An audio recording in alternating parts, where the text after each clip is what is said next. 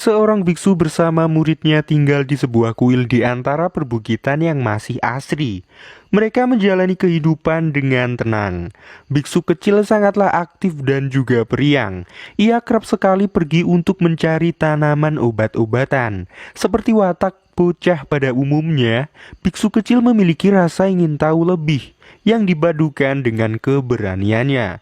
Mungkin karena sering menemukan ular di sana, biksu kecil tidak takut sama sekali dengan ular. Bukan hanya rasa ingin tahunya saja yang dominan, namun seperti anak-anak pada umumnya, ia yang melihat beberapa binatang yang hidup di sekitar kuil, timbullah rasa tertarik.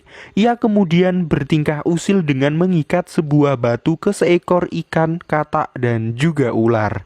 Tingkahnya yang usil ini diam-diam dipantau oleh sang guru. Untuk mengajarkan bahwa hal tersebut adalah hal yang salah, sang guru tidak langsung memarahinya. Ia memiliki metode yang sangat bijaksana. Sewaktu biksu kecil tidur, sang guru mengikatkan batu kepada si biksu kecil, agar si biksu kecil secara langsung menyadari bagaimana nasib hewan-hewan yang telah ia siksa. Dengan ucapan tenang dan tegas, guru memberitahu kepada biksu kecil untuk menyelamatkan semua hewan yang telah ia ikat kemarin. Namun jika salah satu di antaranya ada yang mati, maka batu yang menempel di tubuh biksu kecil juga tidak akan dilepaskan. Biksu kecil pun segera melaksanakan perintah gurunya. Dengan batu yang masih berada di punggungnya, ia mencari semua hewan yang sudah ia ikat. Di dalam pencariannya, biksu kecil menemukan ikan yang ia ikat ternyata sudah dalam keadaan mati. Ia pun segera menguburnya. Ia juga menemukan seekor katak yang syukur saja dalam keadaan yang masih hidup. Kemudian ia menemukan ular yang mengalami nasib yang serupa dengan ikan. Dengan penuh penyesalan, hal ini membuat biksu kecil menangis. Ia merasakan kesedihan dan penyesalan untuk pertama kalinya. Beberapa tahun kemudian, saat musim panas tiba, kita ditunjukkan dengan biksu kecil yang sudah beranjak remaja. Ia yang berniat mencari tanaman obat-obatan tak sengaja melihat ular yang lagi bergentoy eplek-eplek. Kalau ular sih kluket-kluket. Hal ini membuatnya tertarik. Di samping itu, dari atas bukit ia melihat dua wanita yang datang menuju ke kuil. Ia pun segera menyambutnya kemudian mengantarnya kepada sang guru. Dua wanita ini adalah ibu dan anak, di mana sang ibu datang ke kuil bertujuan untuk mengobati anaknya yang sedang mengidap suatu penyakit. Ibu ini bahkan terlihat berdoa dari pagi sampai malam untuk meminta kesembuhan anaknya. Sampai pada akhirnya ibu ini pergi meninggalkan kuil tersebut dan memasrahkan anaknya kepada sang biksu. Namun di sisi lain, biksu remaja mulai mengenal apa itu yang namanya cinta. Ia sangat tertarik sekali dengan anak ibu tersebut. Ia bahkan menaruh perhatian lebih kepadanya. Suatu hari ia tak sengaja menemukan si wanita dalam keadaan tertidur. Nafsunya mulai tumbuh. Dengan refleks, biksu remaja menyelimuti si wanita sambil memegang semongkonya. Yang hal ini membuat si wanita terkejut. Seperti remaja pada umumnya, apa yang diinginkan haruslah diperjuangkan, haruslah terkabulkan. Si biksu berjuang untuk mendekati si wanita, dan sampailah pada suatu titik yang krusial, di mana biksu remaja melakukan perkentoyan eplek-eplek dengan wanita tersebut di belakang gurunya. Dan ini menjadi awal mula si biksu remaja berteman dengan nafsu biologisnya. Ia dan si wanita menjadi intensif melakukan perkentoyan tanpa memperdulikan keadaan, waktu, dan juga tempat. Mereka berdua kini juga semakin romantis, ya selayaknya para muda-mudi yang dimabuk asmara. Namun sepintar-pintarnya bangkai ditutupi maka akan tercium juga. Dan ya benar, akhirnya apa yang dilakukan oleh biksu remaja dipergoki oleh gurunya. Biksu remaja pun meminta maaf dan si guru sedikit mentolerir apa yang dilakukan muridnya.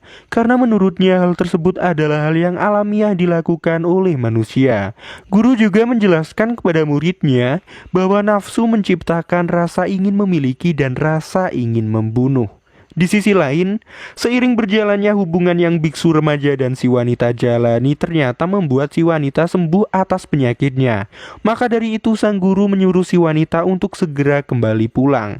Hal ini menekan perasaan biksu remaja. Hormon percintaannya sudah membengkak. Ia tak tahan bila hidup tanpa si wanita. sehingga ia akhirnya memutuskan untuk minggat meninggalkan gurunya. Beberapa tahun berlalu, tepatnya saat musim gugur tiba. Si guru yang membuka bungkus makanannya tak sengaja melihat berita mengenai seorang pria yang menjadi buronan karena membunuh istrinya. Dan pria tersebut ternyata adalah muridnya sendiri. Si biksu remaja mula-mulanya masih polos, ia kini telah mengenal dunia, pikir sang guru. Sampai hari itu pun datang, biksu remaja kembali ke kuil untuk menghindar dari kejaran polisi. Di sini ia juga bercerita kepada gurunya mengenai perasaannya yang campur aduk. Ia menjelaskan kepada gurunya alasan mengapa ia membunuh istrinya. Ia bilang bahwa istrinya telah berselingkuh dengan pria lain. Ia tidak bisa menerima hal tersebut. Atas rasa yang sulit dijelaskan ini, si biksu remaja mulai mengalami depresi, bahkan sampai mencoba untuk melakukan bunuh diri.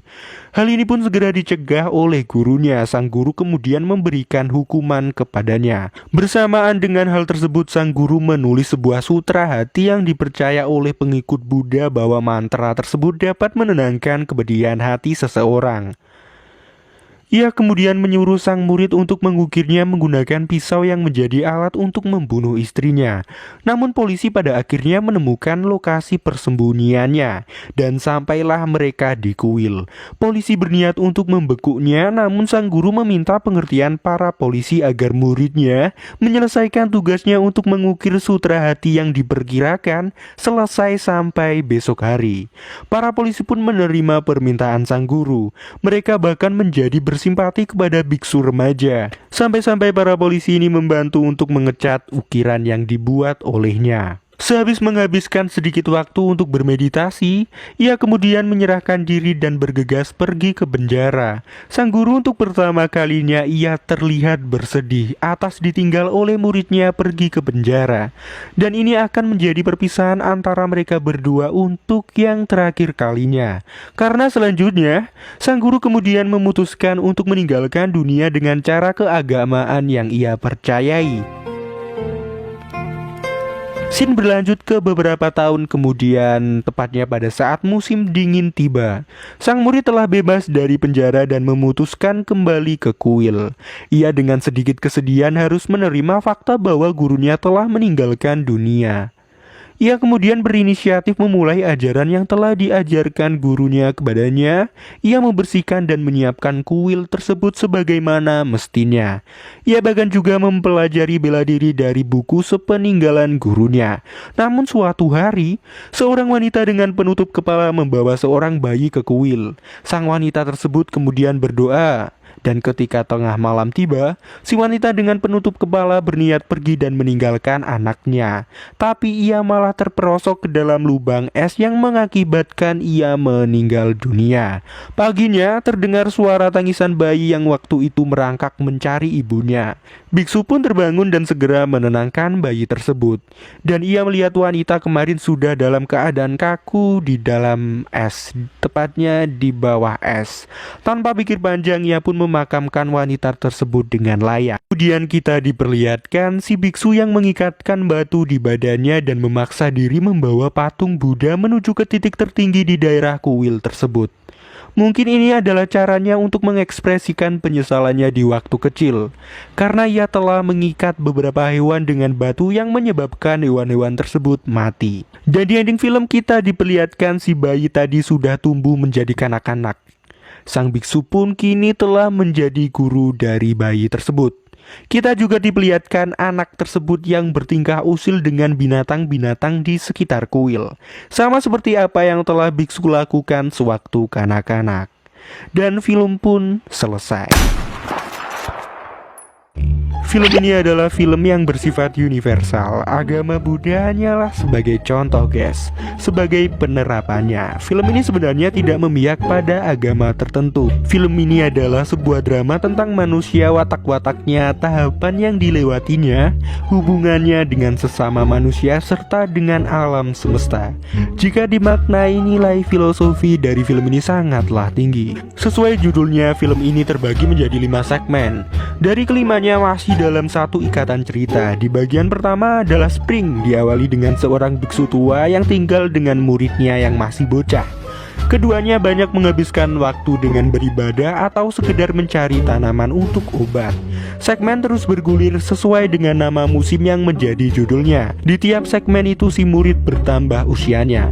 Film ini disutradarai oleh Kim Ki-doo yang juga berperan dalam segmen keempat dan menulis naskahnya. Menurut banyak reviewer film ini begitu padat berisi dengan filosofi kehidupan. Di dalamnya ada siklus tentang kehidupan manusia. Diawali masa kanak-kanak, remaja, dewasa, tua, lantas sampai meninggal dunia. Selain itu, film ini juga menuturkan secara humanis tentang apa saja watak sesungguhnya manusia. Kalian semua akan mendapati di sini ada kenakalan, kebahagiaan, rasa penasaran, cinta, takut, marah, benci, iri, ulas asih, dan masih banyak lainnya. Film ini sangatlah kompleks bila harus dikupas secara mendalam lagi dari sudut pandang karakterisasi manusia. Tapi jelasnya setiap manusia memiliki perspektif mengenai film ini berbeda-beda.